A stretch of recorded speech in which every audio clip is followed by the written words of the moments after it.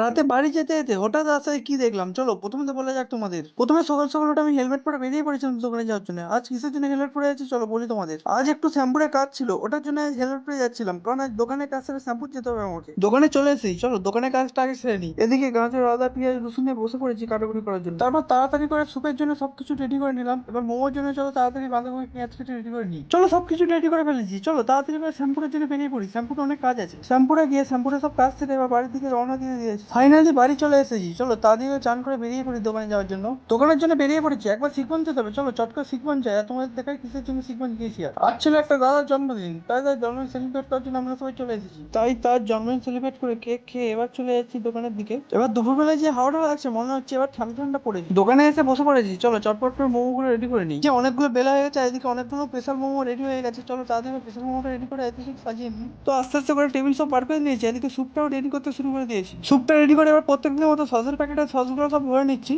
এদিকে আস্তে আস্তে করে সব মোমোই রেডি হয়ে গেলো, আর একটু পুর আছে, ওই পুরটাতে যেগুলো হয় সেগুলো তাড়াতাড়ি করে করে নিই। এদিকে সবকিছু রেডি করার পরে এবার কাস্টমার চলে এসেছে, চলো চটপট করে সব কাস্টমার গুলোকে ছেড়ে দিই। এদিকে দেখতে দেখতে সন্ধ্যা হয়ে গেছে আর কাস্টমারের ভিড়ও লেগে গেছে। এবার একটা একটা করে কাস্টমার আসতে লাগলো, আর আমি এক প্লেট দু প্লেট তিন প্লেট করে মোমো রেডি করা শুরু করে দিলাম। এদিকে সব মোমো গুলোকে একটা একটা করে আমি থাকটা সাজাতে শুরু করে দিলাম। তারপর কিছুক্ষণের জন্য আমি এই টেবিলটার কাছে এসে বসে দিলাম, কেন তোমাদের দেখাচ্ছি চলো। আর এখন বাজে 7টা, 7টায় মার্কেটটা দেখো, মার্কেটটা পুরোটাই ফাঁকা। তারপর আবার একে একে করে কাস্টমার আসতে লাগলো, আর আমি এক এক করে ছাড়তে লাগলাম। তারপর এদিকে মোমো সব শেষ হয়ে গেছে, চলো তাড়াতাড়ি করে সবকিছু গুছিয়ে নিই এবার।